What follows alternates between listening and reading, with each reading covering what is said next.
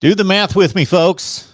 Tuesday, Wednesday, Thursday, Friday, 4 days times 24, less than 100 hours to college football playoff action. Georgia, Michigan, game 2 at the Orange Bowl. I believe the game everyone's looking forward to a little bit more than the other one. And certainly most of you who love the Dogs and love the Wolverines, we're simulcasting on our Michigan channel, our Georgia channel, our SEC channel, and right here, the Voice of College Football on the main channel. We hope that we've got a number of guests stopping by, including Big Dog Brett, to talk Georgia and Michigan. Going to take all your comments and questions there in the live chat as well. Georgia, Michigan should be a heck of a game, and I don't know any other ways we can break this baby down, but we're going to keep talking about it until they actually kick off. And of course, we're going to be here live after the game to break it all down right here at the Voice of College Football. Please like these videos, share these videos out on social media. So take this link right here and share it out there on Facebook and on Twitter as well, and any other social media platforms that you are involved in, and spread the word that we're talking college football with all of you all the time. Rob J's in the building with a Go Blue. Let's Toast Media, another Go Blue. And here we go. Breaking news coming in of courtesy D-Rock Irish. Well, so Boise State exited the Arizona Bowl against Central Michigan. That happened maybe 4 or 5 hours ago due to COVID. So Central Michigan looking for another team to play, while media outlets mention that the Chippewas may go to the Sun Bowl to take on Washington State. And of course, Washington State and the Sun Bowl looking for an opponent now that Miami has its own COVID issues and they've bailed out of the Sun Bowl. So 3 ACC teams, Miami, Virginia, and Boston College, will not play in their bowl games, and their opponents all looking for foes on the other side of the line.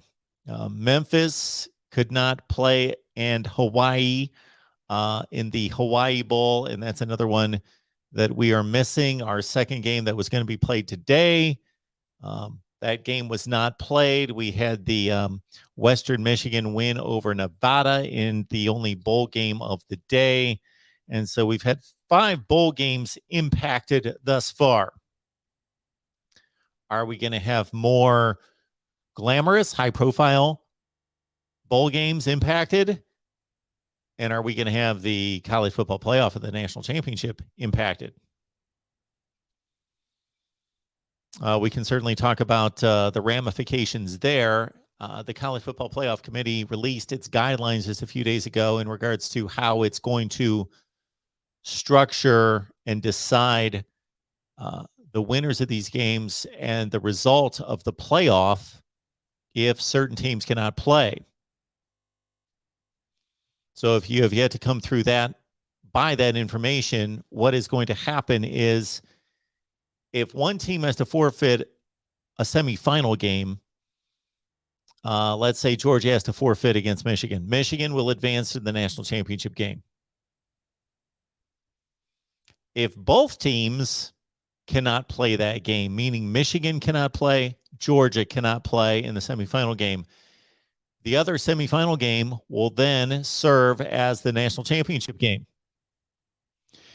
And that's what we've got right now, which could be rather interesting if, let's say, in that case, Georgia and Michigan can't play and Cincinnati and Alabama play. There's a winner of the game.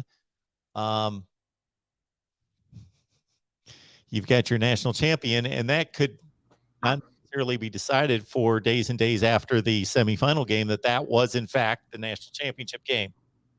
As mentioned and announced to everyone, Big Dog Brett's going to join us, and there he is to talk up the Dogs. Hey, Brett, how you doing? Doing great, Mark. How are you today, sir? I am doing just fine. I appreciate you being here. Oh, thank you for having me. How was your Christmas and the rest of your holiday season? Expensive but enjoyable. Okay.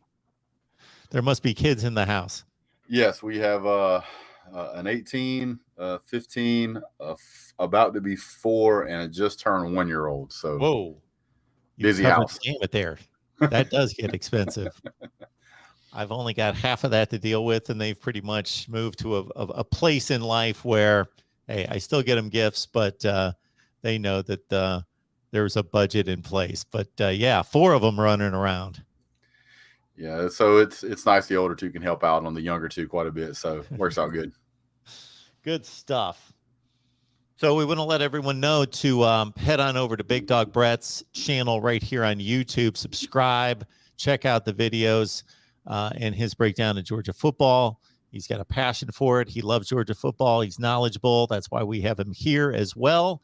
And again, head on over right here on YouTube and check out Big Dog Brett and also the content that he's placing on our SEC channel in particular.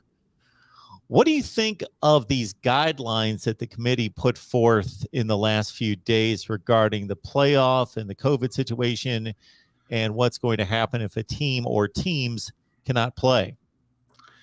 Well, I think that they're trying to do their best to lay some ground rules to kind of prevent the mass exodus. I think there's a lot of financial influences in especially in college football season, in bowl season. They're already struggling, in my opinion, to keep these extra bowls valid. We've seen a lot of players already check out of some of these games, but I'm not real fluent on what the new rules are, so you might have to give me a refresher real quick.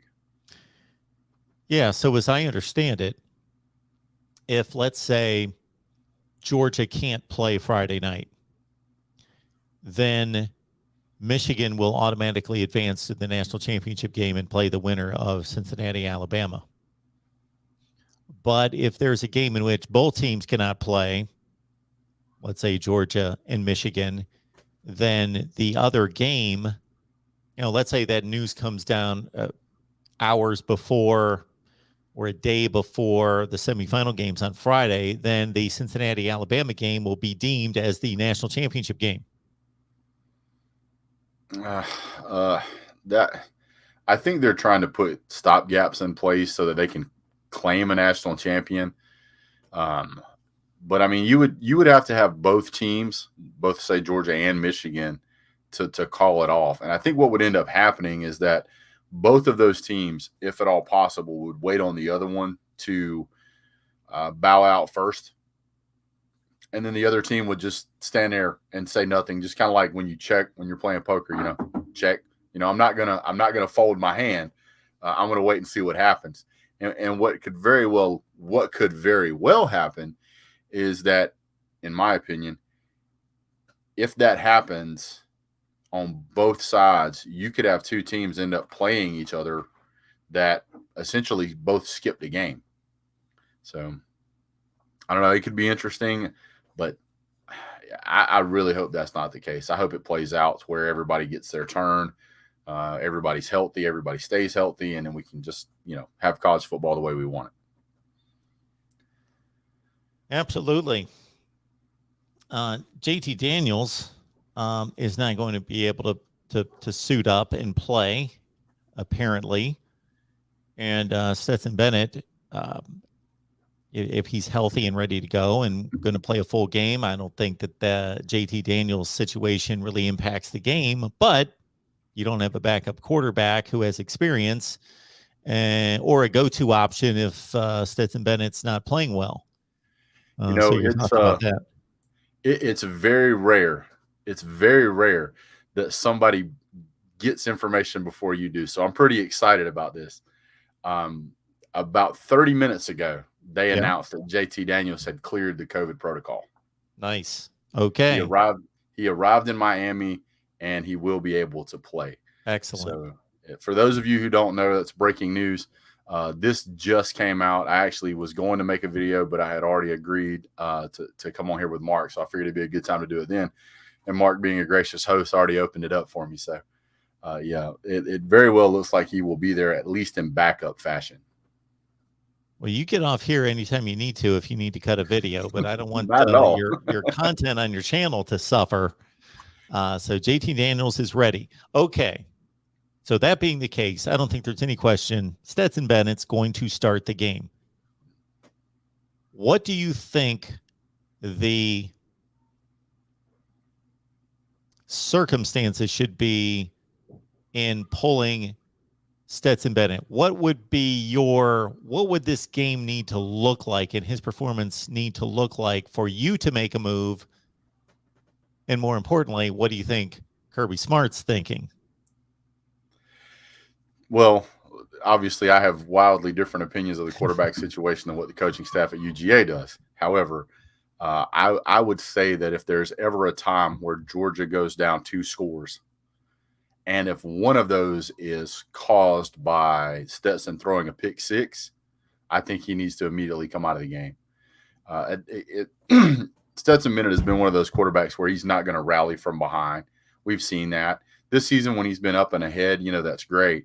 But the moment that he got into a dogfight with Alabama, it was pretty much over from the start. So for me, if I was the coach, if he goes down 2 scores, especially if one is a result of a pick six, for lack of a better way of saying it, at that point you kind of have to throw some caution to the wind. Damn the torpedoes and ramming speed. You've got to pull it out. All your stops. I would rather be down 14 points and see us put in JT Daniels and then lose the game than I had leave Stetson Bennett in and lose the game anyway. So to me, at least if we lost with JT Daniels, it will quell a lot of the kind of gnashing of teeth in the Georgia fan base as to why didn't we play JT Daniels? Because if you were to put JT Daniels in and you see him struggle and fail, you could say, okay, that's why Kirby Smart has Stetson Bennett in. That's why. However, I don't believe that even if Georgia's down 14 or 17 points, that Kirby Smart's going to pull him. I think it'll take an injury or illness before they'll pull Stetson Bennett. I think in Kirby Smart's mind, he's the most experienced. He does have mobile feet. He's been at all the practices. He's familiar with calling the plays. He just had a bad game. So that being the case, I think they're going to let Stetson play it, good, bad, or otherwise, and I think that may be a mistake. The Bennett mobility is without question that he has that over JT Daniels. There was no question that he's played more recently against good competition, of course. So those are 2 things you can check off for Stetson Bennett. But as you size up these 2 players based on everything you've seen, everything you've read, how do you compare them otherwise, the good and the bad? Well, Stetson Bennett is a mobile quarterback enough. He's mobile enough. And I think sometimes he used to try and make too much with his feet. Now, I think, especially in the Alabama game, there was a couple of times he gave up on the run a little too soon. One particular time, he probably could have picked up nearly a first down and kind of throws a lackluster hodgepodge of a pass downfield, and it doesn't really make contact, and it ended up being, Georgia had to punt it away. One thing I will point out, a lot of Georgia fans don't necessarily know this. I'm kind of a stats junkie. Stetson Bennett is currently the 4th top rusher on the team, ahead of 4-star running back Kendall Milton. He has fewer attempts, more yards, and more yard average. Just as many touchdowns rushing as Kendall Milton. And Kendall Milton is known for being a great running back. So in my opinion, Stetson Bennett's mobility certainly helps him. His all-purpose yards, he's approaching 3,000. Now, JT Daniels, I think he has a much better passing efficiency style than Stetson Bennett. I've seen JT Daniels make every pass, and very few times has he thrown a bad pass. Times I have seen him throw a bad pass, it's because he was injured. There's a certain type of rhythm that the offense seems to develop whenever JT is behind center. And that particular player that seems to make the most out of that is George Pickens, which will be back for this game. JT Daniels has one incredible arm for strength and downfield throws. He can stand on the 40-yard line on our side and throw to the goal line. So take into consideration how big of a pass that has to be, and he can hit a runner in stride. It's incredible.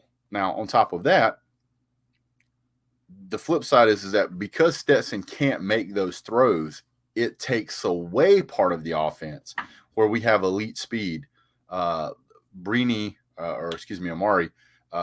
one of those guys, they can absolutely take the top off of the defense. They can really become a deep ball threat, but you've got to have a quarterback who can throw it down there.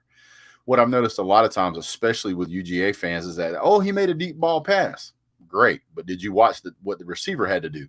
Most of the time, the receivers had to either stop running and come back to the ball or slow his route down significantly. That allows safeties and cornerbacks to close the gap, and this reduces your ability to make a touchdown on those big gamble plays like that. When you can make an explosive play and you can if you can get a good wide receiver who's a step or two ahead of a defensive back or ahead of a corner, it's a touchdown. The speed is too much for him to overcome it 2 or 3 steps as fast as those guys run. If the receiver has to stop, that's basically where he gets tackled. Okay, this briefly off the Georgia-Michigan topic, but I just wanted to address this. So it's just me, Tim79, making a comment about the Hawaii Bowl being canceled. So the money's not made in the stands. It's just me, Tim79. The money is made on television. So sure, does a bowl make more money if there's 75,000 people that bought tickets and go to the concessions and buy merchandise? Absolutely. That's a significant amount of money. But it's a drop in the bucket compared to, oh, we had to cancel the game. Even if there are only going to be 12,000 people in the stands, they don't care that much about that. We had to cancel a game. All the advertising money for that bowl game on Christmas Eve, gone, shot. Millions of dollars, way over anything that they're going to earn at the park for the game. All right. To talk about the funding of it, let's say that you have a top tier football team like Georgia, and I'll say Texas. And I know some people are going to say Texas is not top tier. Texas is top tier when it comes to revenue. Sure. That team generates a lot of revenue. If we go back to 2018 and we wind the clocks back and we don't really pay too much attention to what's happened here recently, kind of throw those numbers out. If you go back to 2018, Georgia will make anywhere from $140 to $180 million a year, and that's just the Georgia program. Imagine what they're making on the TV contracts. It's extremely large. I used to give tours at ESPN, and basically they were tours of executives that would be coming in from other companies or whatever, and I just give them a tour of the production facilities and so forth. And one of my favorite questions was, because I knew that this would stump most people because they're looking at all the equipment and the fancy equipment and the production trucks and looking at all that. And I'd say, what do you think the most expensive portion of doing sports television is? And they would start naming off all the equipment and all that stuff and how much money people get paid. I'd say, oh, that costs a lot of money. You could go in one little master control and it cost $1 million, but I'd say just the rights fees to broadcast the NFL and the NBA and college football. That's where the biggest price tag is. Absolutely. We've got a super chat coming in. We appreciate that so much. Lil Coda, let's be honest. JT or Bennett, the Georgia offensive line cannot stop must be a Michigan fan, our edge rushers. We are going to have them off balance. And as for Davis, all we have to do is run tempo. I do not see them stopping our run. Sorry. So big Michigan fan is very confident. Do you want to destroy this comment, or do you want me to do it? It'll be more entertaining if you do it. Fair enough. You guys have 2 edge rushers and just 2 that are good. The rest are competent. You have 2 that are elite. Those guys rarely play every snap of every game. So you're going to have certain plays where they don't even have to be accounted for. Georgia's offense is going to basically line up and account. Their play is going to be predicated off of what you line up for on defense, period.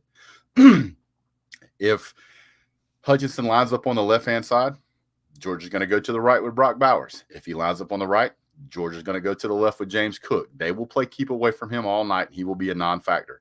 in the point in time, whenever you do load in both of these players, Georgia is going to get pushed in the middle and they're going to run the ball. Georgia's averaged 5 or 6 yards against some pretty massive offensive and defensive line, some pretty massive defensive lines all season. So I think it would be a little bit premature to say Georgia's not going to be able to run the ball. Georgia was able to run the ball against Alabama. And I would wager to say that Alabama's offense or defensive line has far more 5 stars than what Michigan may have. And they're probably under the best coach of all time. And Georgia could run the ball against them. So I can understand that you want to have some faith in your edge rushers, but Georgia's going to play to that. Now, as far as Davis, I'm going to tip you guys off to this, and you can spend a little bit of time and go check it out. Georgia has played, well, you probably don't know this because you're a Michigan fan. Georgia starts working outside in the heat in the summer for conditioning. If you've ever seen Jordan Davis actually run at top speed, he runs close to 20 miles an hour. So that's not a guy who's out of shape. So he's played in multiple games where we've played up-tempo defenses. We've played defenses that had some big, strong guys, and Jordan Davis didn't get tired. So to say that we're 13 games into a season, all of a sudden a little bit of up-tempo makes Jordan Davis tired seems a little bit odd. Now, from what I can find, it seems like against Alabama, and I haven't talked about this because I don't want to get the excuses thing. But if you look into it, you'll find that there is some information that there were guys on Georgia's defensive line that were recovering from being sick. That makes you tired. So I would stand to say that Jordan Davis having 4 weeks to completely recover, you're going to see a different guy altogether. Not once all season, no matter who we have played, have I ever seen Jordan Davis stand up and put both hands on his hips in the first quarter. I haven't seen Jordan Davis stand up and put both hands on his hips in the fourth quarter of most games.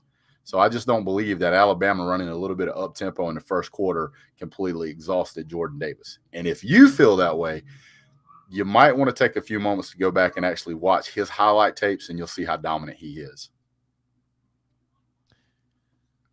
So the one thing I will say about Georgia running the ball against Alabama, I'm looking at the numbers because I didn't certainly look at it that way in the SEC championship game. So James Cook had 11 carries for 38 yards. Kenny McIntosh 4 for 32. Zamir White 7 for 27. So throw them all together and you've got 22 carries for 22 for 97. Mm-hmm. Oh, it's pretty good. Is that 11? Yeah, 22 for 97. Yeah, so about what's that? About 4.5 yards per carry. Thereabouts. Yeah, that's pretty good. So I mean, you if you can run the ball for 4.5 yards a carry against the number 1 team in the country, I'd say you can move the football fairly decently. And the number 2 rushing defense in the country, more Correct. importantly. And I'm sure whoever was number 1, maybe Wisconsin, maybe Georgia. Anyway, the other thing that comes to mind in regards to the comment made here about the Michigan ends that I'm going to be curious to see. Ohio State had faith in its tackles, and they had too much faith in their tackles. They should have given them more help. They have 3 of the best wide receivers in the country. They were doing all the damage downfield. They didn't need their tight end downfield. He's a really good pass catcher. He's nowhere close to Bowers in regards to athleticism downfield catching the ball, but he'll have a long career in the NFL as long as he doesn't get hurt. But they needed to keep backs and tight ends in to protect and let their wide receivers do damage. Do you think Georgia's going to have that kind of faith in its tackles to hold up on an island? Well, here's what I'll say is I've actually took the time to go look up the size of Ohio State's offensive line and defensive line, and go look at the size of the Michigan of Iowa's defensive line. And what you'll find is they have like 2 guys, maybe 3. I think it's 3 on each team that are over 300 pounds. That is a mountain and a mile difference between the size and speed of Georgia. Georgia's offensive and defensive lines are monsters. They're not tiny guys. Most of these guys are 6'5" and above. One of the offensive line guys, I think it's for Ohio State, is 224 pounds. I mean, for goodness sake, I'm bigger than that. So I don't believe that Michigan being bigger is going to There's have an Ohio any. State offensive lineman that's 224. Not to interrupt you. Oh, yeah, I'll see if I can find it. Oh, by the way, for the gentleman who said, there was a guy up here who said Jordan Davis at 20 miles an hour, laughing out loud. Wallace Johnson. Mr. Wallace Johnson, if you'll take a moment and you'll go to Google and check out Jordan Davis mile per hour, you will see that his speed is posted at 19.8 miles per hour. And that's on 24/7 Sports. That's not from me. But I will find that stat real quick. I think it was Ohio State defensive line.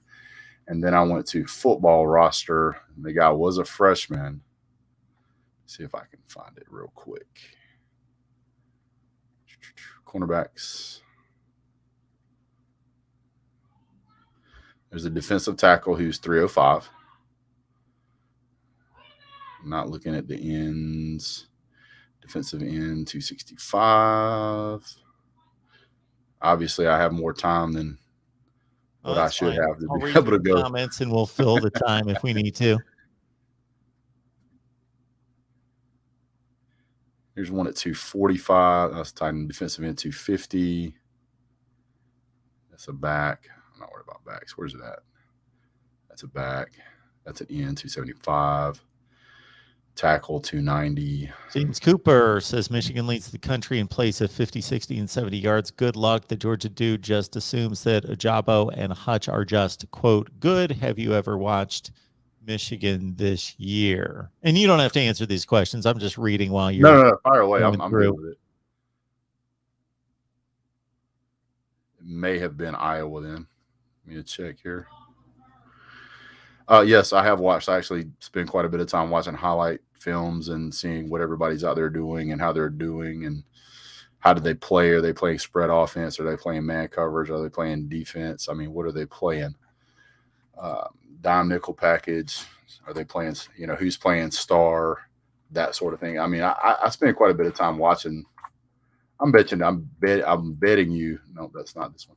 I'm betting you that it was Iowa that had this guy who's a defensive lineman who's 225. Sort by position. Defensive lineman.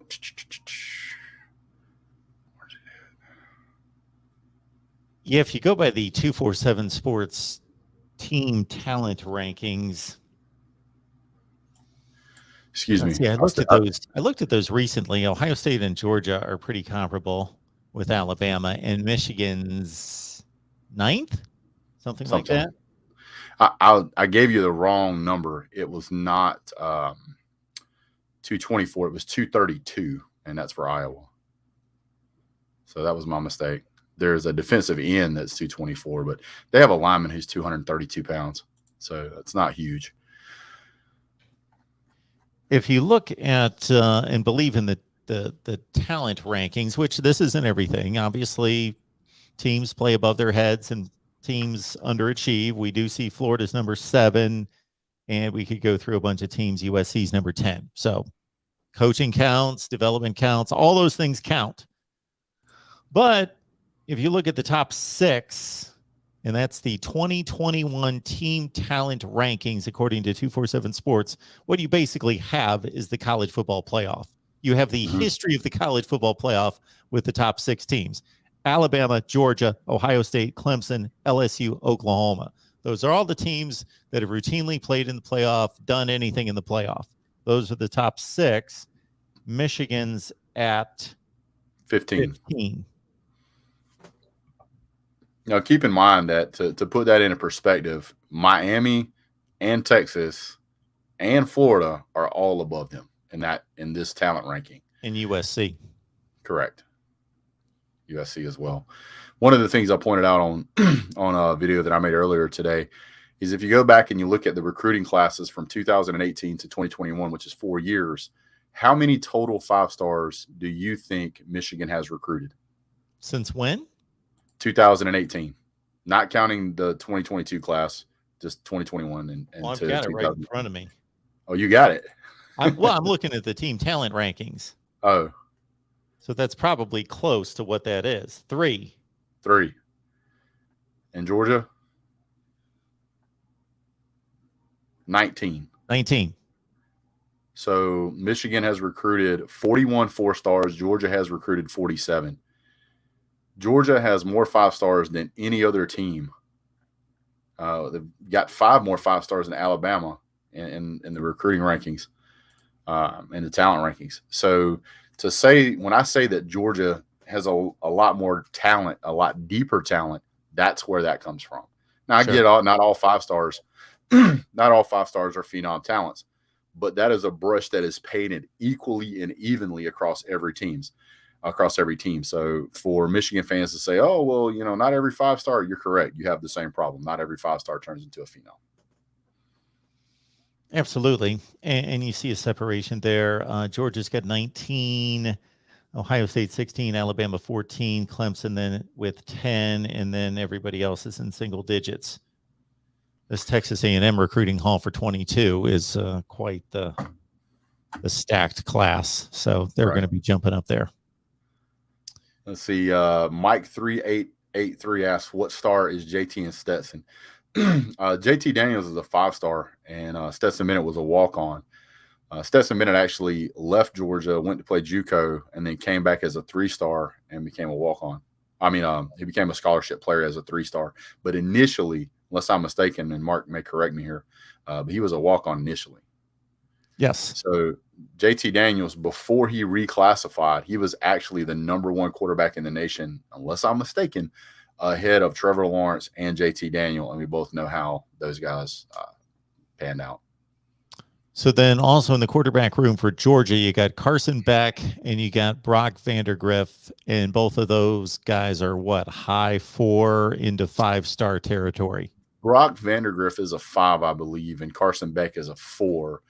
We had Jamie Mathis, and I believe he was a 4-star. We had the guy that transferred from Wake Forest, Jamie Newman. Jamie Newman, I believe, was a 5-star, and he ended up going over to Temple. So right now, currently, Georgia has, I think, 2 5-stars on the bench, 1 4-star. Trust me, nobody's more upset about the quarterback situation at Georgia than I am. I don't blame Justin Fields for going to OSU at all. I said in many videos that was absolutely the best place for him to go, that Georgia wasn't going to be able to develop him with the amount of talent he had. And he proved me right. So I'm happy for him. 5 stars, it just matters what they do on the field. It should be a good game. Michigan 27-17. Watching these comments, it's almost like everybody forgot what Georgia did to every other team they played, and now all of a sudden Michigan is as good as Alabama. Well, that's like, for example, I produce a bunch of videos where I broke down the statistics, Georgia versus Michigan, Cincinnati, Alabama, to a T. I went through yards per play. I went through 3rd down conversions, 4th down, red zone percent, the whole thing. And I had a bunch of people comment, well, those are stats and they're not going to play on the field with stats. The stats are the results of the play on the field.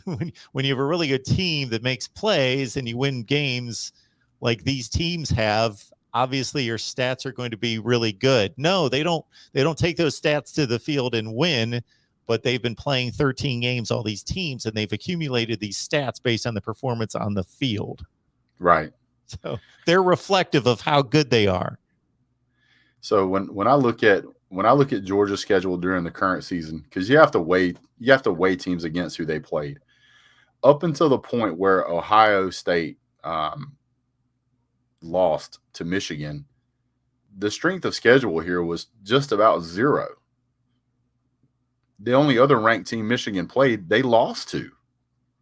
It was the fact that they were going into the Big Ten championship game, and they win that game, and all of a sudden, they're the best team in the country. But it's like they forgot what happened on October 30th when they lost to Michigan State, or 2 weeks before that when they barely beat Nebraska 32-29, when they barely beat Rutgers by a touchdown, 20-13. And I'm not trying to, or barely beat Penn State by 4 points. You got to look at this and you got to say, which team has been more consistent? Which team has been dialed in the whole season versus, well, I mean, Michigan beats Ohio State and it was shock and awe. And they said, well, if they can get past Iowa, and then they came out there and Iowa had a terrible game and Michigan had a great game, and all of a sudden they're just going to demolish Georgia. Now, Mark, you may have to help me with the stat on this. What is the Big Ten's record versus the SEC? Well, I don't have the aggregate record, but I'll say this: over what period of time? Oh, I'll just do the whole thing. Like the last 10 years? I'll do all 153 all-time meetings. The Okay. SEC holds the score. Excuse me. Sorry, go ahead. I was just going to say, I don't think we really care what happened in 1950. I will make this. I know the landscape of college football, and I will tell you that the SEC wins about 65% of the time that it plays the Big Ten. So, I mean, you're looking at a pretty strong performance that seems in the past to show that the SEC is an overall more difficult conference. If it was not, it would not have as many not just bowl appearances, but bowl wins. Not to mention the number of SEC champions that go on to become national champions. I think all but maybe 2 seasons we had an SEC team in the in the college football playoff. And been there every year. Draft selections. Yeah. So when I see that, it's Alabama curb stomped Georgia. Yes, they did. They absolutely did. Yeah. So I don't have any confusion about the best conference in college football. For the first time in a long time, I actually am very decided on the best conference, the second best conference, the third best conference, the fourth best conference, and the fifth best conference.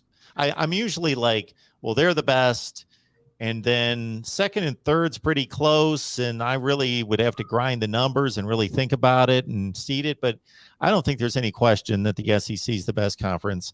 I don't think there's any question that the Big Ten is the second best conference.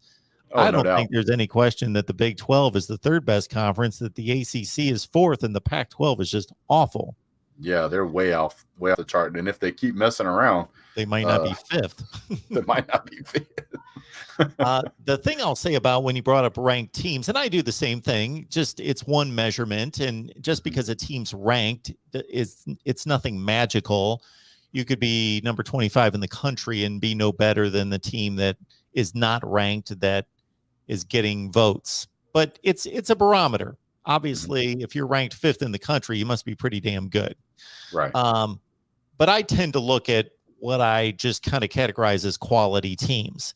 And I've probably not heard it as much as you, but have been asked about Georgia's schedule a bunch of times.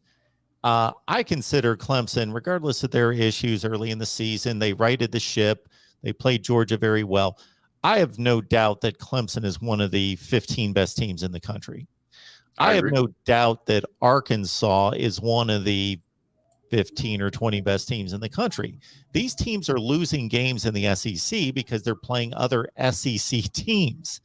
Arkansas blew out Texas. They took Ole Miss to a great 52-51 game the week after they got just annihilated by Georgia. Arkansas is a really good team. They played Alabama close. They beat Texas A&M. And then, so I'll say that those two teams, in my mind at least, are the two best teams that Georgia played, and then probably Kentucky after that. And then there's a collection of teams that I know that they get dismissed as being bad teams, but they're not bad teams. They're actually really talented teams that had issues. LSU, extremely talented team. Obviously, they didn't play Georgia. I'm sorry. Auburn, Florida, Tennessee, those kind of teams. Talented teams, plenty of talent. If we looked at these team talent rankings, they'd all be in the top 15 to 18 in the country. Very talented teams that just had issues. Certainly, we saw Florida take Alabama to the wire. We saw what LSU could do on it. I don't know why I keep going to LSU. Auburn. But the same thing would go with Michigan's schedule. I think Penn State's a quality team in particular, and Wisconsin is a really good team as well. I consider those to be quality teams that are roughly top 15 to 20, 25 in the nation. Well, there's some things I want to point out against some of the teams that Georgia played. And you're right. You're absolutely right. When Georgia played Arkansas was averaging around, I think it was like 36 or 37 points a game, and Georgia completely shut them out. The very next week, they go play Ole Miss, and they score 51 points against Ole Miss.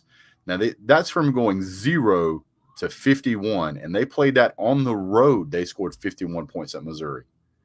So Arkansas doesn't get as much credit as they should. They were third in the SEC West, and this is a team that's made a dramatic turnaround over the past few years with Sam Pittman. They're well coached. They play hard football. If they win that Auburn game, I think that pushes them into second place. So they just a really quality football team here, and Georgia. Georgia absolutely dominated them. Georgia shut 3 teams out this season, and 2 of those were SEC opponents. So this isn't a team that's just going to lay down. Y'all cannot beat Bama. Georgia fans in the same position Michigan was until we broke through this season. We are conference champs. You are not, and we play a weaker side of it and play in a weaker side of the SEC. So stop it. The only problem with that argument is that, to start with, y'all cannot beat Alabama isn't much of an argument, sir. That's a very weak argument. The reason that's a weak argument is because 99% of college football teams can't beat Alabama. That's like saying you can't, just for an argument's sake, you can't knock out Superman. You suck because you can't knock out Superman. 99% of the teams can't. 99% of people can't. So I appreciate that thought. Now, as far as the weaker side of the SEC, it may be the weaker side of the SEC, but consider that we played 4 games that were SEC, not SEC opponents. We played 4 games total. I think it was SEC. Arkansas is SEC West. Auburn's SEC West, and Alabama. That's 3 teams right there. So we about 40% of our schedule was SEC West teams. So that doesn't necessarily hold a lot of water. We shut out one of those teams, and the other team only scored 10 points. So I find that difficult to hold a lot of water, sir. Look at the awards Michigan has won this season. Georgia's won a ton of awards as well. I mean, it's who's going to play that day. And if you're looking at size, Georgia's deeper and has more talent. S. Hobson makes an interesting point here. I don't think it's as simple as that, but he makes a good point, he or she, I should say. So here's my evaluation of Cade McNamara and Stetson Bennett. I think they're pretty similar quarterbacks, and I've seen both of them play a lot of football. I think they're similar, but Stetson Bennett tends to make the 2 or 3 big mistakes in a game, and Cade McNamara has not done that. I think he made a couple of mistakes in, was it the Iowa game? It might have been, let me go back and check. I think it was the Iowa game that he made a couple of mistakes. I think he threw 2 interceptions in that game. He had a bad pick against Ohio State the second drive of the game. And was it Ohio State he threw 2 picks in that game? He threw 1 against Ohio State. It was one of these games he threw a couple of picks in. But that really doesn't seem to hurt Michigan all that much. I mean, if you can score 42 points and you throw an interception, that's not hurting you. I think saying that the quarterback who throws the least amount of picks is the winner, it really depends on the style of play. I think when Georgia played South Carolina, let's see. No, that's not it. Which one was it? There was a game we played in where I don't think we threw the ball at all. Like maybe 5 or 6 times. I can't remember. Yeah. But of course we didn't throw a touchdown. We threw a touchdown or interception or whatever it was, but we didn't make a lot of mistakes because we weren't throwing the ball. So, I think you only threw about that many passes against Arkansas. Yeah, I think it was Arkansas. I think we threw like almost none. Let me pull that up real quick. So we threw 11 passes for 7 receptions. So we threw 7 passes for 72 yards. I mean, Georgia's total yards in that game was 345. Georgia dominated that game. We had 22 first downs. Arkansas had 9. So to say that Georgia has to run the ball, maybe. We don't necessarily have to pass it. I don't think Arkansas necessarily has to pass it to win, but I think if you're going to win this game, you're going to have to be balanced. That's the only way you're going to win. So I'm not going to pin you down on a prediction because you got your own channel, and we want everybody to head on over to Big Dog Brett to get his prediction. And if you make predictions, which I'm assuming you do, and the rest of your videos on over there. So again, Big Dog Brett, he's been nice enough to come on here and break down Georgia football. So head on over to his YouTube channel. I'll ask it like this, though. And maybe some people get irritated that I answer their questions like this when they want predictions. Because I look at it like this. All that matters is, of course, what happens in Miami in Hard Rock Stadium for 3.5 hours that night. They could be completely different teams if they played tonight. I'm exaggerating, not completely different teams, but the outcome could be slightly different. Shoot, Georgia and Alabama could have played the next day, and it wouldn't have been 41-24. We don't know what it would have been. It would have been something different. But all that matters is, of course, who shows up and makes the plays on that particular night. And we know throughout the college football season that throw out a percentage. I'm going to say 20 or 25% of the time, probably the better team doesn't win. Now, again, all that matters is that they won that game. But we know that the Vegas favorite doesn't win all the games. So if Georgia and Michigan, if it was physically possible for them, because this is what I would love to see. This is fantasy land. This is, would have to be computed by God.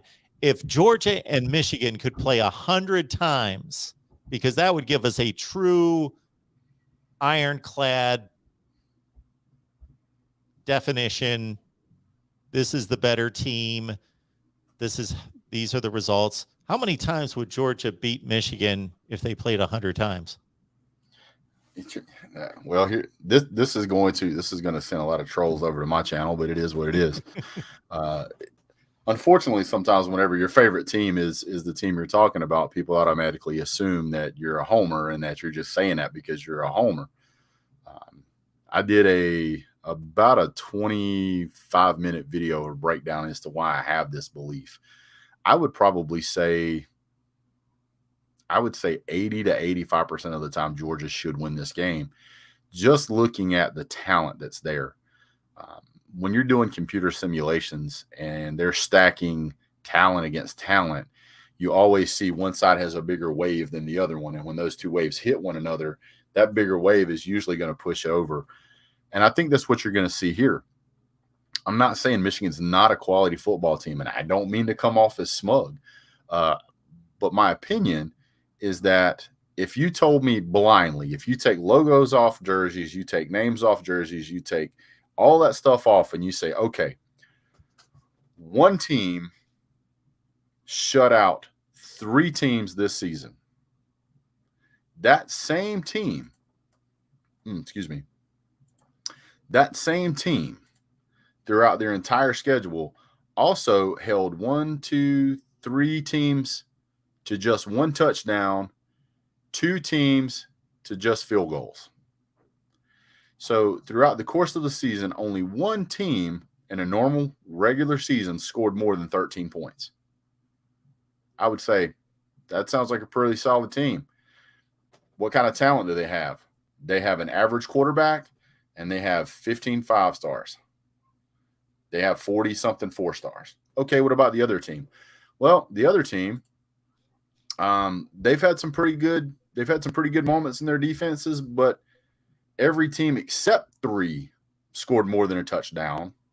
They lost to a team they probably shouldn't have lost to in a regular season. They also barely escaped 2 or 3 teams during a normal season. And they only have 3 or 4 5 stars, and they have 44 stars. And I would say, okay, you tell me what you think. Because I'm going to pick the team that's had a more dominant defensive record. Never mind the conferences, never mind any of that. Quarterbacks, I would say, are equal. I'd say that's a wash.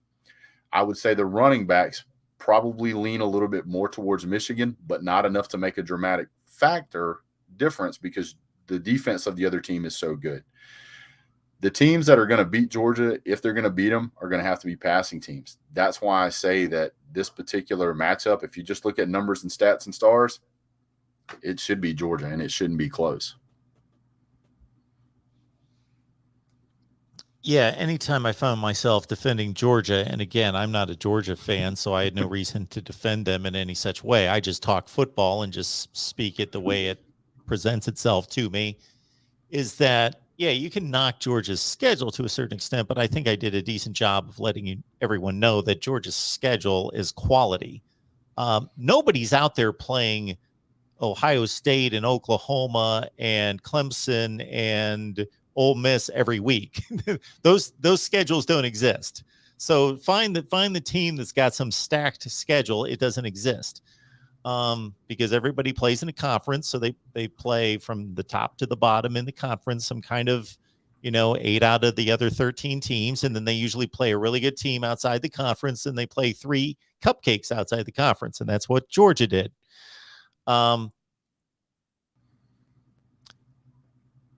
You look at Auburn, you look at Clemson, despite their offensive struggles, you look at Arkansas with the 0 on the scoreboard, and you look at those teams. Tennessee, when Tennessee took on Georgia, Tennessee was on a roll. They were rushing for a zillion yards. They were scoring tons of points against everybody, against not great teams, but against decent teams, South Carolina, Missouri, bowl teams. And Kentucky, they put up 45 points on Kentucky, a really good team, a team that's a top 20 team in the country. And they match up against, I'll take Tennessee, for example, because we're talking about them. Then they match up against Georgia. They take the opening drive, they score a touchdown. And then after that, nothing. They can't do anything until it's garbage time. South Carolina turned out to be a really good team. I shouldn't say a really good team. They turned out to be a capable team. They turned out to be a lot better than I thought they were. They, of course, couldn't do anything. Auburn's a team that took Alabama to 4 overtimes, that beat Ole Miss by 11 points. Auburn's a pretty good team. Are they a great team? No, they're flawed, but they're loaded with talent. And again, they played Georgia pretty well into the third quarter, but the talent disparity just kind of wore on them, and they got suffocated, and they couldn't do anything offensively. And what was the final score? 34-10? Yep. It was not pretty. So when Georgia came into to Auburn, we went to Auburn, and Auburn's a tough place to play. Even Alabama fans will tell you Auburn's a tough place to play. 34-10, and Stetson Bennett threw for 234 yards or 231 yards. We had a 135-yard receiver in Ladd McConkey in that game, and that's a receiver that gets overlooked a lot and probably shouldn't. But Ladd McConkey has a ton of ability, coupled with Brock Bowers being able to be, I think, if not the number 1 tight end in the country, at least second. And then you're going to have George Pickens is going to be back. And we could have a whole conversation on the difference that George Pickens can make in a game. I would say the amount of difference that George Pickens can make in a game is as much as Mich can make in a game, or the impact that he has when he comes out. When he came out of the game in the second half for Alabama due to injury, their offense started to stagnate quite a bit. But it was too late for that. Georgia couldn't catch up. George Pickens has an ability like no other receiver I've seen. I can name probably 5 receivers on my hand that I have seen do the things he does. And I believe all of them are in the NFL or have recently left. So George Pickens is insane. So I would think that the typical Michigan fan, and I'll put myself in their place, would see, okay, we just talked about Georgia's regular season schedule and all the decent teams they played and what they did against them, which was dominance. Clemson was the only team that really stood toe to toe with them. And statistically, Georgia had the strong upper hand in that game, even though it was 10-3 and they had a pick six. Georgia was moving the ball between the 20s. Clemson really didn't do anything in that game.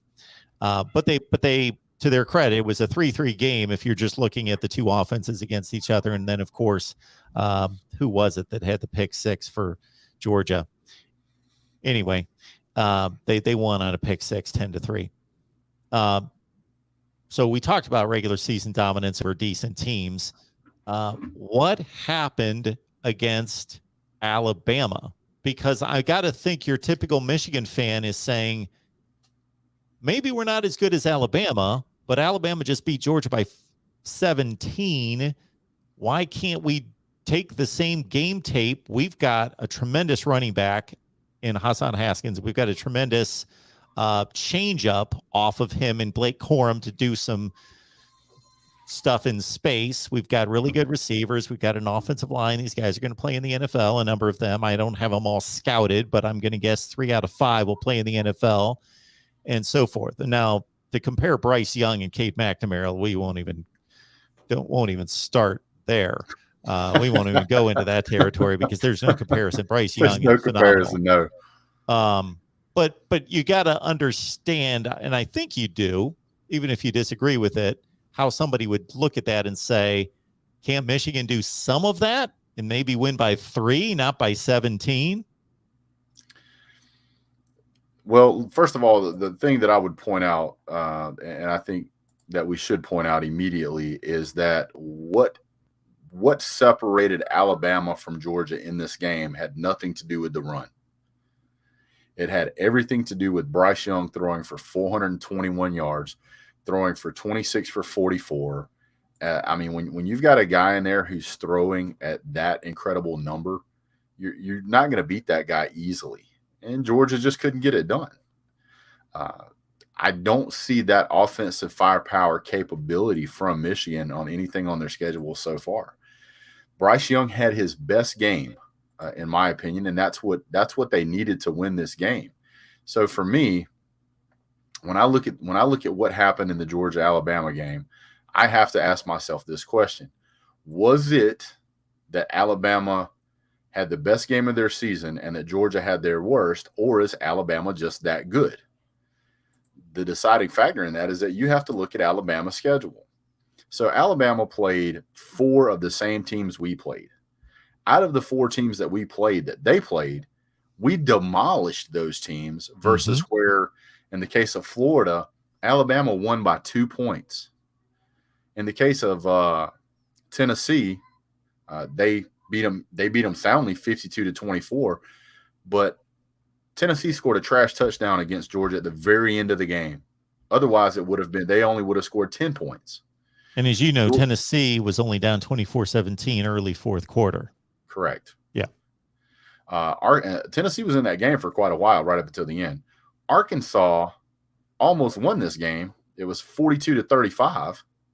Alabama beats Arkansas 42-35.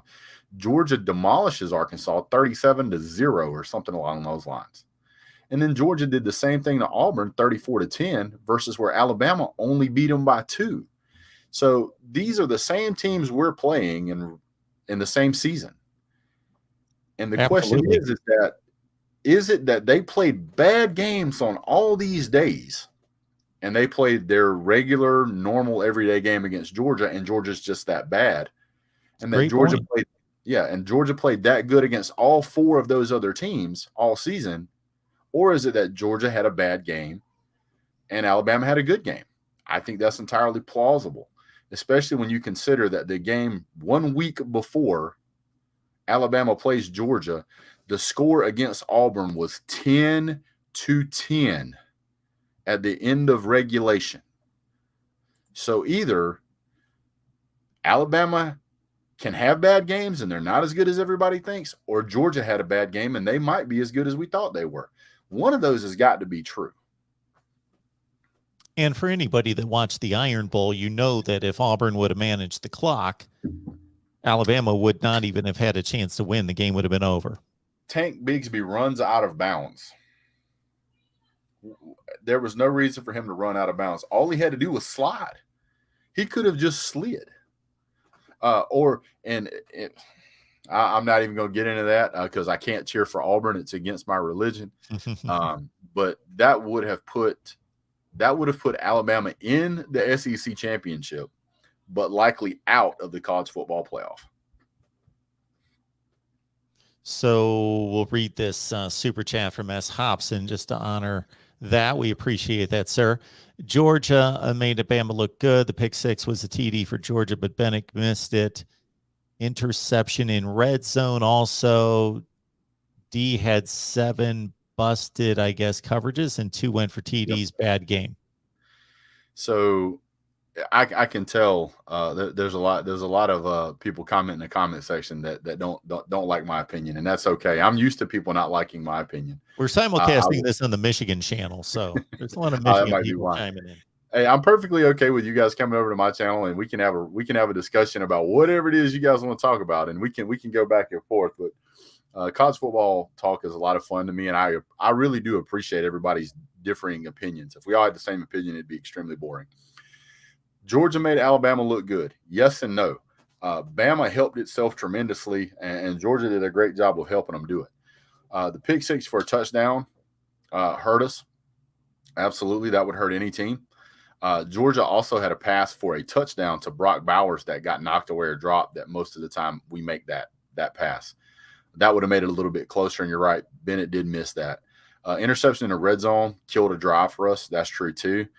When you say the defense had 7 busts, at least 7, and they were bad. They were extremely bad. They were so bad that people were messaging me during the game asking if we were throwing the game for some reason. You can't play like that against anybody. I go back a few years ago, and I look at whenever Georgia played South Carolina, and we lost. I think we turned the ball over 4 times. And this was a South Carolina team. We should have been able to just hand the ball off every single down and win that game. But, sometimes you lose games you should win, and sometimes you win games you should lose. So here's my question, because we started off this conversation talking about talent. And again, some people don't believe as much in the recruiting rankings, but all you have to do is go through wins and losses and go through the final AP rankings in any season. And yes, there are aberrations. Wisconsin outplays and outperforms and outdevelops its talent. Texas underachieves. Yes, there are aberrations, but it's very, very accurate among the masses. There's no question about that. Well, we know that Michigan beat an Ohio State team that was just about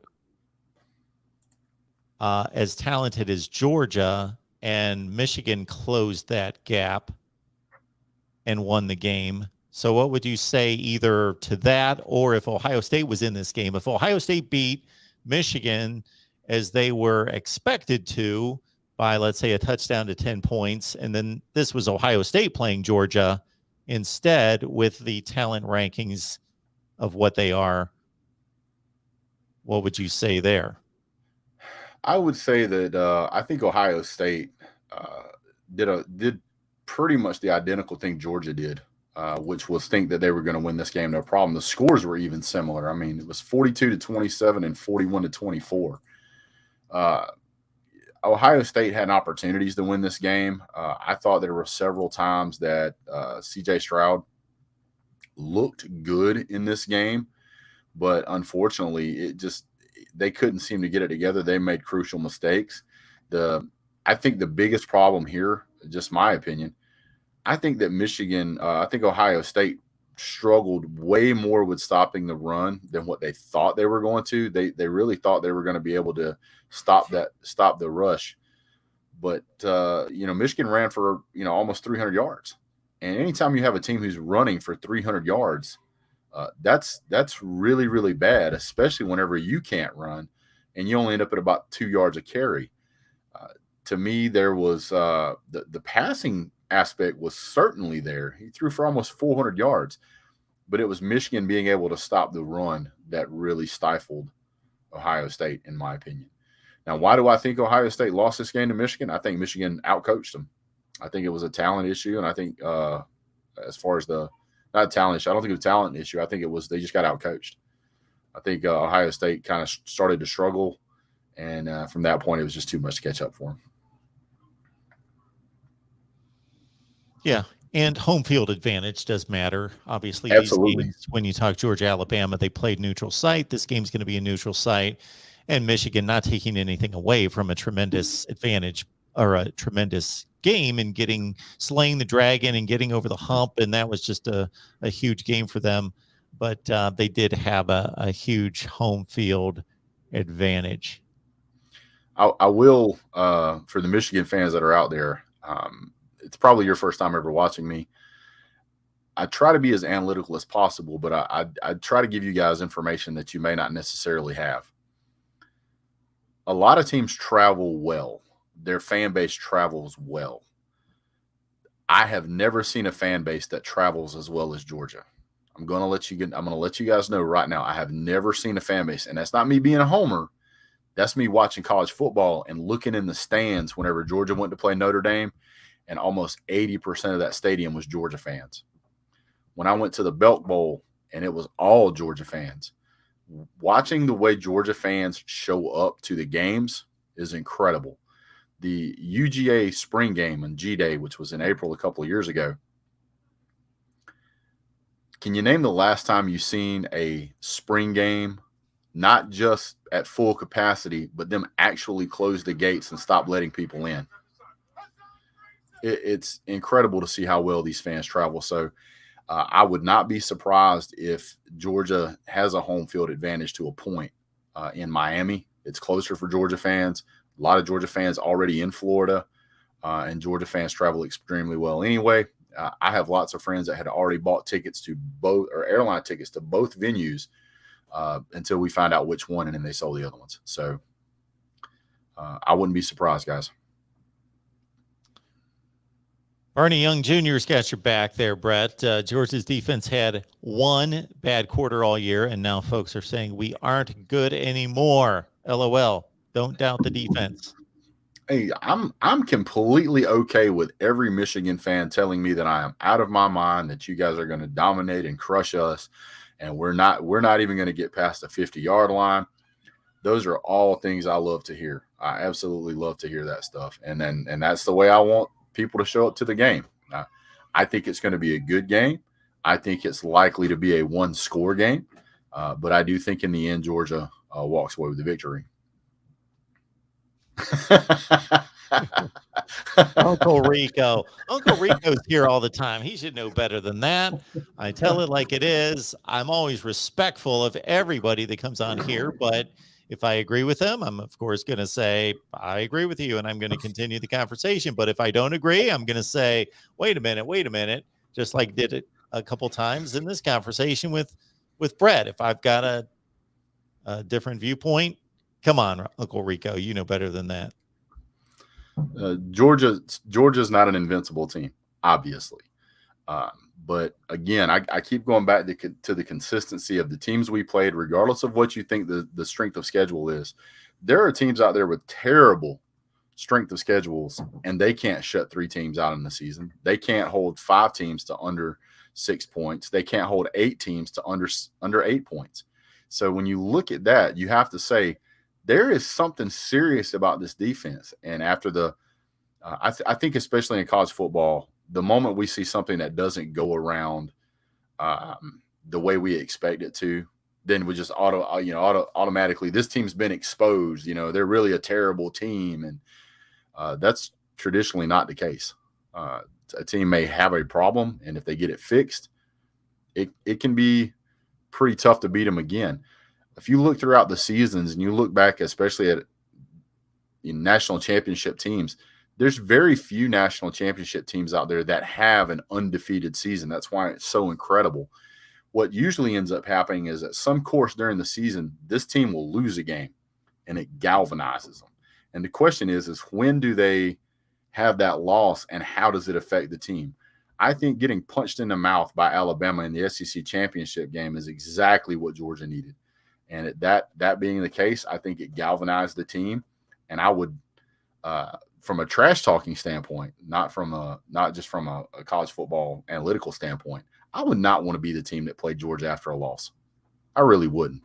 Just like I wouldn't want to be a team that played Michigan after a loss, or I wouldn't want to be a team that played Alabama after a loss. Mississippi State lost to Alabama the following week after the Texas A&M game, 49-9. I mean, it's just not one of those things that you want to see. You don't want to see a team normally after they lose a game. Yeah, so along those lines, I don't exactly know how to try to determine the psychological portion of this, because as I see it, Michigan has had a season that no one anticipated. They beat Ohio State, won the Big Ten. They weren't even ranked in the preseason. Mm-hmm. And so they outplayed expectations. Georgia, ever since 2017, has been targeted as this is the expectation. You got to get to the SEC championship game. You got to win it. You got to get to the playoff, etc. And that's where they've been. So there could be a thought that Michigan's playing with house money. Now, does that make Georgia more motivated and Michigan more just happy to be there? Or does that make Michigan more carefree, play loose, play free, Georgia more uptight, anxious, nervous, feeling the pressure? I think there's a lot of factors that go into it. And a big one is that Georgia started out with an expectation of winning a national title. That was the expectation from the go. Those guys have been all about business all season. And now you get to the end and you've had so much success that you feel like we got it. We've got it in the bag. And then what happens? You get your rug jerked out from under your feet and you get brought back to reality. And you will see, and I don't expect anybody to do this other than diehard fans, but those of us that pay attention to the press reports at practices, those that listen to what's really going on inside the program, the ones that follow these players on Twitter, you'll find out exactly what the team's mentality is. This Georgia team is serious now. You don't hear any trash talk coming out of Georgia. You don't hear any of that stuff. Michigan has a player who's out there saying that nothing's going to stop him. To me, that's an indication that you're not showing that you've been here before. You're showing that you haven't been here before. You never give another team poster board material because all the coaches are going to point at it and they're going to fire it up, and all of a sudden you may be the best player on the team, but now you're a target, and you made yourself a target. And to me, that's going to be interesting. It takes me back to the first year that Missouri joined the SEC. First game they ever played in the SEC was against Georgia, and they asked one of the Missouri wide receivers what he thought about Georgia, and he said, "We're not worried about them. They play old man football." Halfway through the third quarter, I was at that game in Missouri. Halfway through the third quarter, their fans got up and left, and as they were leaving, all the way at the other end zone, down the field from where I was at, they had aluminum bleachers. And you could hear the Georgia fans down there chanting, "Old man football." This is back when Aaron Murray was playing. And it just reminded me that you don't ever want to give another team poster board material. You just don't want to do it. Uncle Rico, sorry. I don't even remember what the comment was now. Something about me not challenging or whatever it was. So my apologies. You were talking about the mods, whatever you were saying about the mods. Okay. Very good. Somebody brought up a question of what is the all-time record against Georgia versus Michigan. It's 1-1. It doesn't matter. And the last time we played was 1965. Very Yeah. few of us here were even alive, if any. Inconsequential. Yes.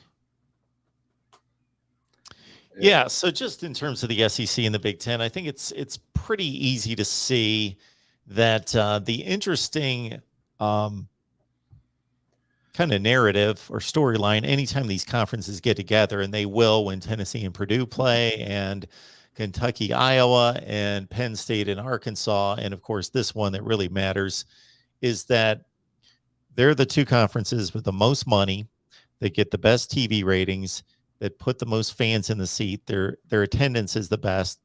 They get the most attention on television, and they own the sport in regards to money. So that makes it interesting. And they've got brands that eclipse the other leagues.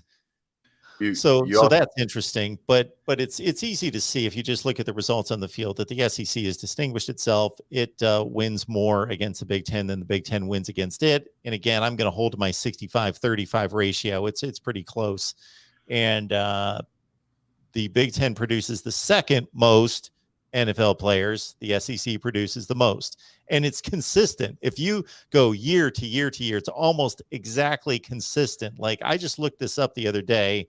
Like, the SEC might have had 360 or 70 players in the NFL, and the Big Ten had like 280.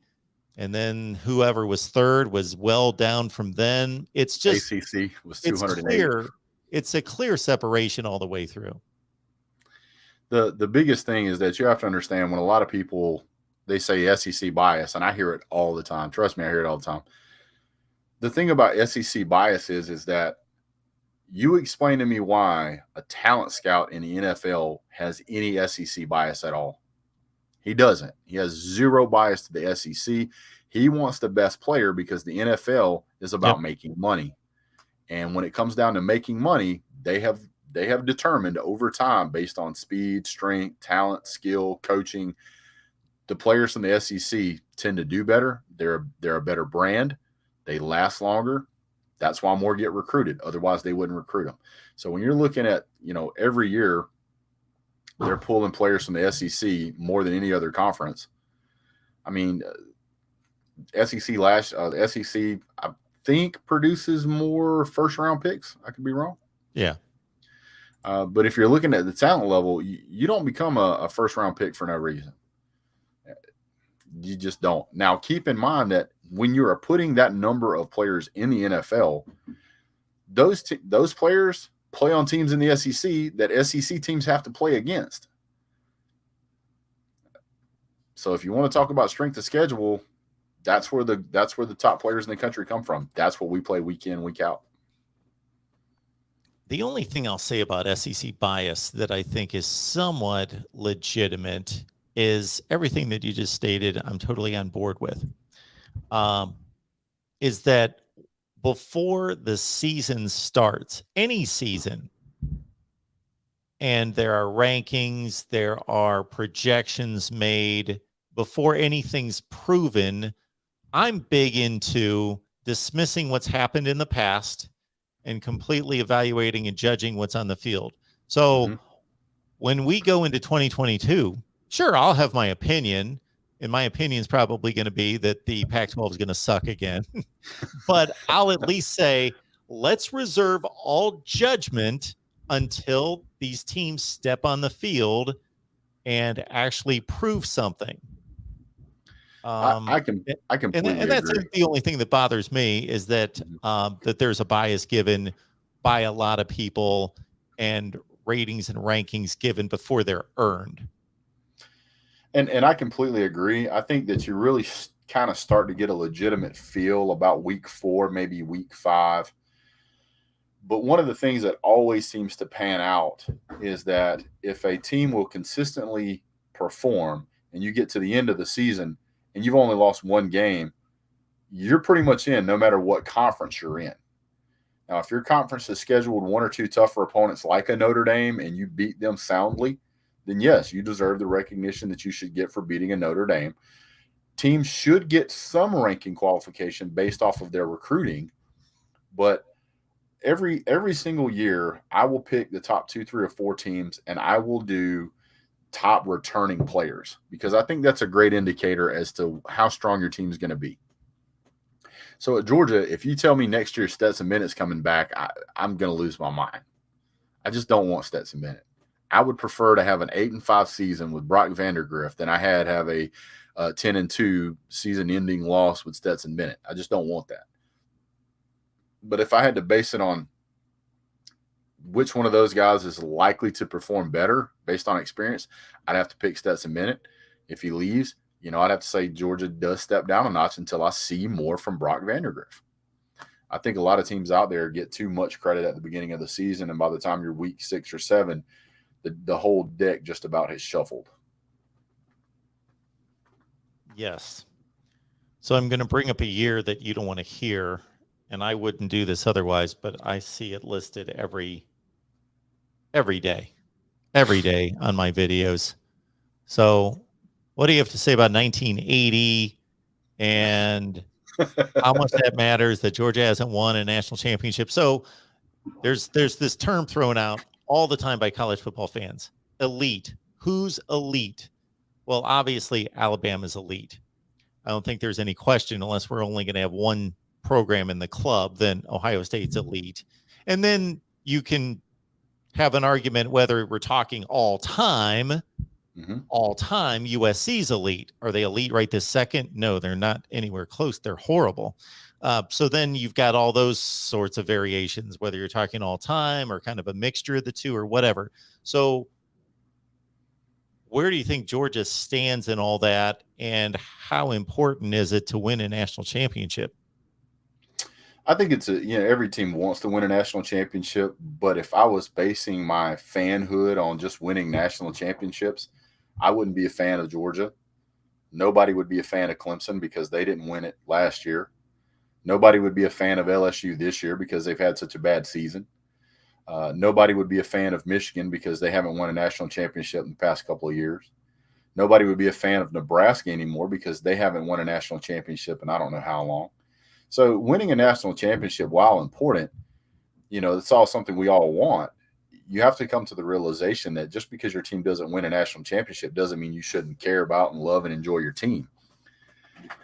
Now, if you want to have a conversation about who's elite, then let's have a conversation about what is your credentials for elite. Because here is what I would say is elite.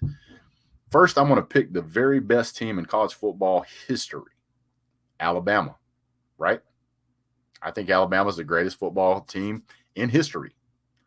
They have more national titles than anybody else. They're consistently top ranked in recruiting. They consistently outcoach people. They consistently do what needs to be done to make themselves relevant. Now, that same team will tell you they don't want to play Georgia every other week. Now, if your biggest competition or the guy that you're trying to beat is telling you he doesn't want to play you back to back to back, that's an indication that you're probably elite.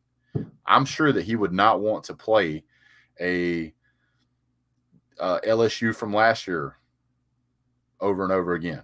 I'm sure he wouldn't want to play Clemson a couple of years ago over and over again. But if you asked him if he wanted to play Notre Dame, he'd be like, yeah, that's no problem. You guys want to play Florida? Yeah, that's no problem. You guys want to play Nebraska? Sure, line them up. How about Oregon? Yep, ready to go. But based off of what you've seen, where the way Justin Fields played at Ohio State, I wouldn't want to play. I didn't want to play him. I would play him, but I didn't want to. Just like I don't want to play Alabama again. And I think that if you're trying to figure out who is elite and who's not elite, take a look at where your recruiting rankings lie. Take a look at college football playoff appearances, not just national championships, because they hand out one every year among 130-something teams. It's extremely hard to win. Otherwise, everybody'd have 10. All-time NFL first-round draft picks: Ohio State 1, USC 2, Alabama 3, Notre Dame 4, Miami 5, Georgia's at 3rd, Michigan's at 8, Georgia's at 13. That's, of course, all-time, so you're going back to forever. all-time NFL draft picks. Those were first-round picks. Notre Dame 1, USC 2, Ohio State 3, Oklahoma 4, Michigan 5, Alabama 6, Georgia's 14. But then again, you can wait, okay, what's been more recent versus obviously that goes back to the beginning of the NFL draft. Mm-hmm. So one of the things I do like to point out is things that I consider elite is when you can consistently have, double-digit win seasons. Michigan does that. Ohio State does that. Alabama does that. Notre Dame does that. Oklahoma. Texas until recently did that. Georgia does that. Florida used to do it consistently. Auburn used to be pretty consistent. I think all of those teams certainly have capability of getting back to where they were. But I think if you had to put 5 teams on one hand, one for each finger, keep Georgia out of that. Keep Georgia out of that and justify your position if you can, because I bet you can. You're going to go Alabama. You can say Alabama, Clemson, Michigan, Ohio State, Georgia. Are we talking about right this second or all time? No, all time. All time. Now, you can't use Yale or Harvard either now. Oh, if I'm going to go all time, I'm going to put Texas, Oklahoma, and USC in front of Georgia. Okay. And I'm going to put Nebraska and Penn State in front of Georgia. Okay. Now, out of those teams, where are they at now? Oh, right now, Georgia's an elite program. Georgia's third on my list right this second. Now, I'm not talking about the teams as they line up right now. I think Georgia's either the best team or the second best team in the country. I'm talking about a program. I think Alabama, Georgia, Clemson, and Ohio State are definitely elite.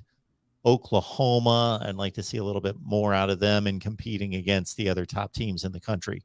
They seem to always get smashed. Georgia in all-time wins is ranked number 15.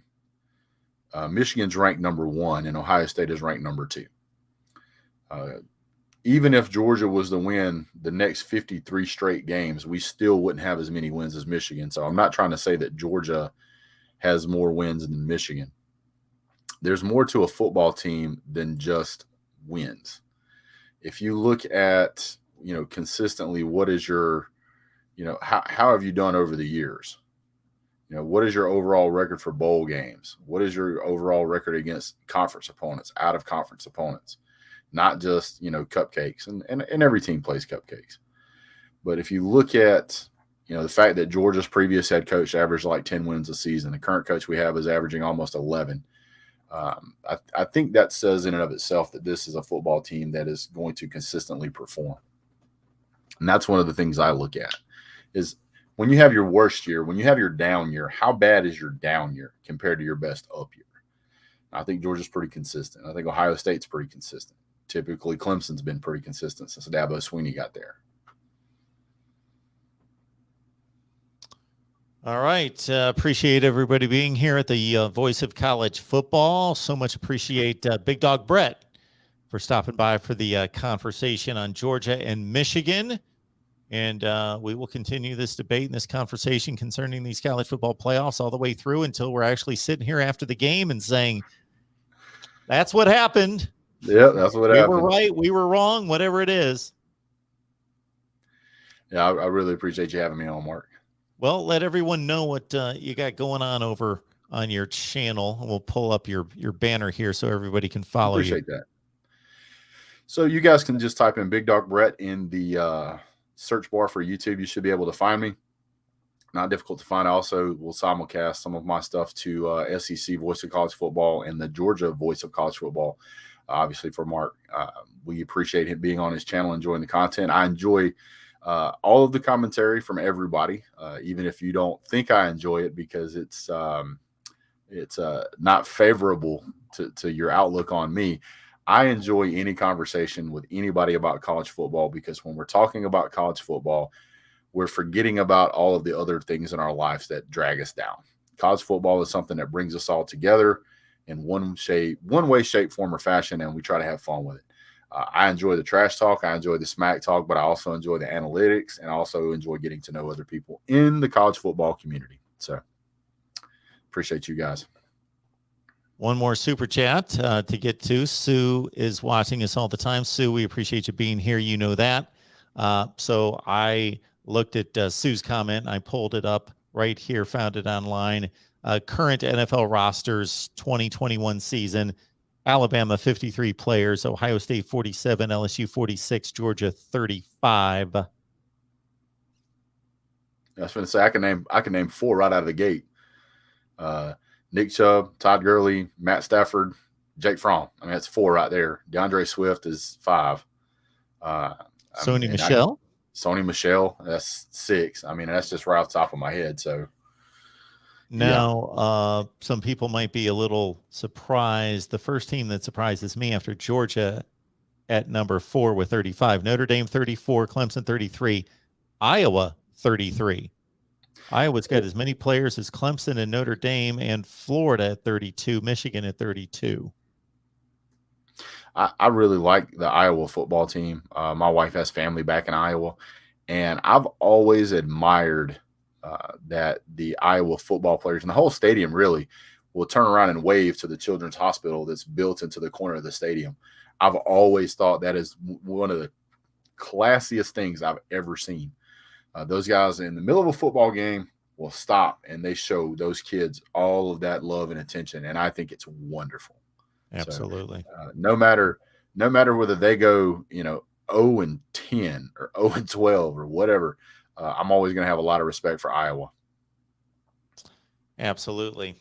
One more time, everyone. It's Big Dog Brett. Head on over to his channel right here on YouTube, and we'll be here after the game. Check out Brett's content, and we'll have fun for the rest of the bowl week leading up to the college football playoffs on Friday night. Big Dog, we appreciate you stopping by, man. Yes, sir. Thank you.